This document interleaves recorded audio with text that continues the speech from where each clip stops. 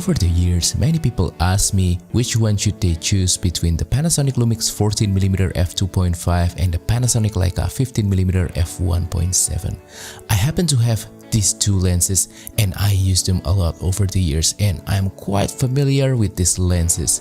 They appear to be very different from one another, but these two lenses are surprisingly more similar than different. In this video, I will share my comparison between these two lenses and hopefully be able to help you to decide which one is the better lens for you.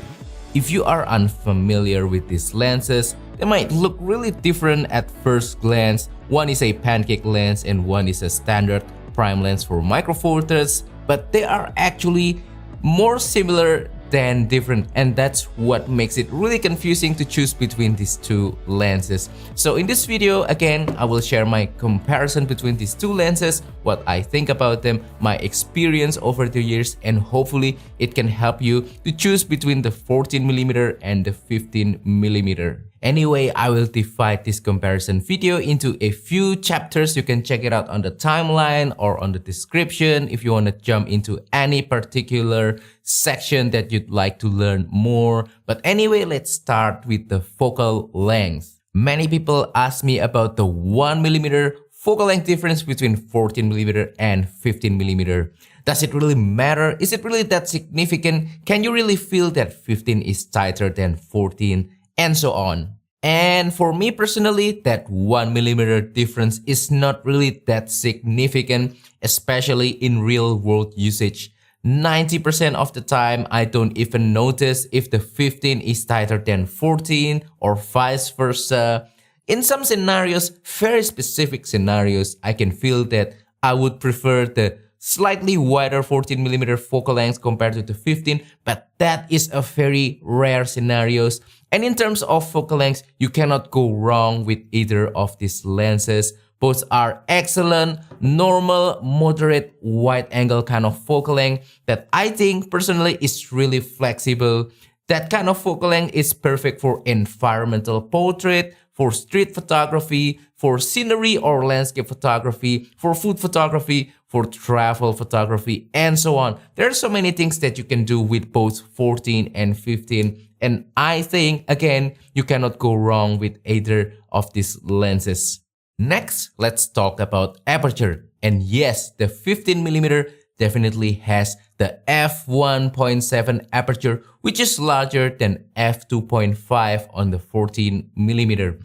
And if you need something that can blur the background more or give you better low light capabilities, that extra one stop of aperture on the 15mm could be really useful. However, that doesn't mean that the 14mm cannot do well in terms of background blur or low light situation. f2.5 is already a large aperture. Yeah, it's not as large as f1.7 on the 15mm, but if you compare it to something like your kit lens, which are usually f3.5, then f2.5 on the 14mm is definitely larger. About one stop faster in terms of aperture, and that means you can blur the background even more with this lens. I will show some sample pictures right now so you can get a better idea of how much background blur that you can expect from a lens like this. And yeah, with that one stop of extra larger aperture, you can do well enough in low light situation. In my experience, this is more than enough for most casual low light photography.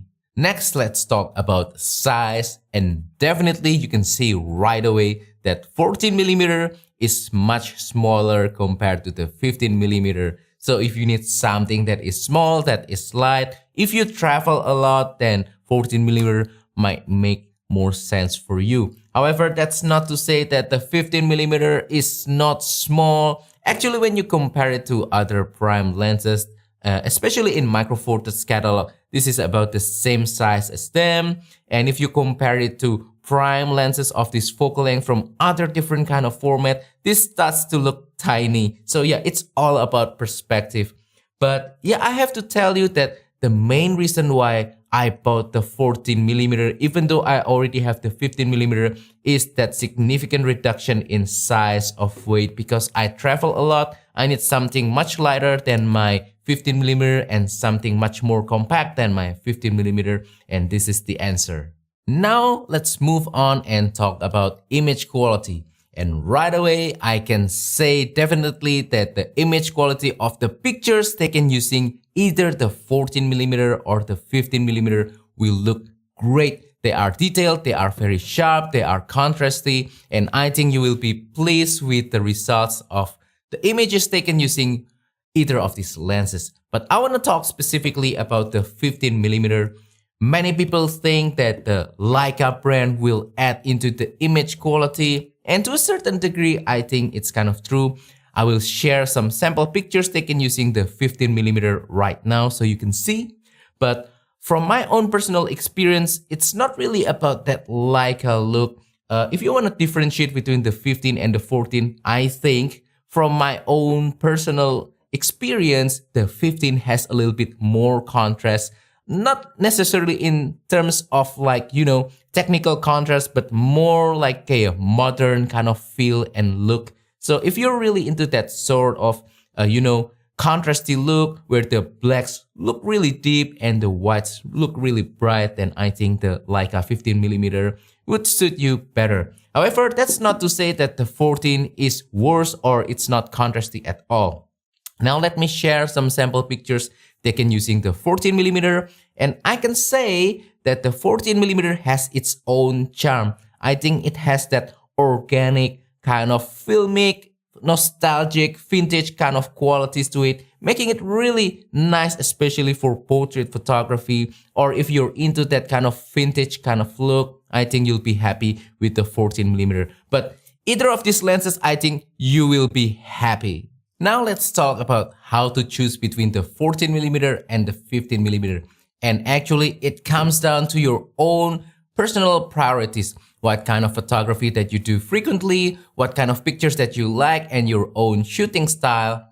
But I can summarize what we just talked in this video into something like this.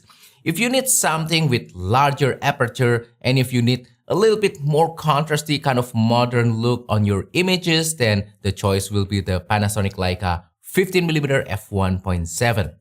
However, if you travel a lot and you want something that is small, compact, and lightweight, but still able to produce great image quality, then your choice would be the Panasonic Lumix 14mm f2.5. That's not to say that the 15mm is not compatible for travel photography. Well, yes, it is still a small lens. You can easily travel with it, no problem. And also, that's not to say that the 14mm won't give you that large aperture or that contrasty look. F2.5 is still a large aperture compared to a kit lens. And yeah, this has enough contrast in my opinion to make your image look great. So you cannot go wrong with either of these lenses. And that wraps up today's video. So that is all for today's comparison between the 14 and 15mm. Hopefully this has been helpful, inspiring, useful, and informative. Now please let me know in the comment down below. Which one do you choose? The 14mm or the 15mm? And if you have any question about today's video, please let me know in the comment down below. I will try my best to answer them. Also, don't forget to support my channel by liking this video, sharing this video, subscribing to my channel down below.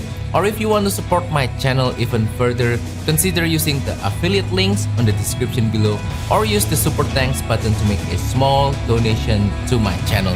Thank you, and I will see you on the next video. Goodbye.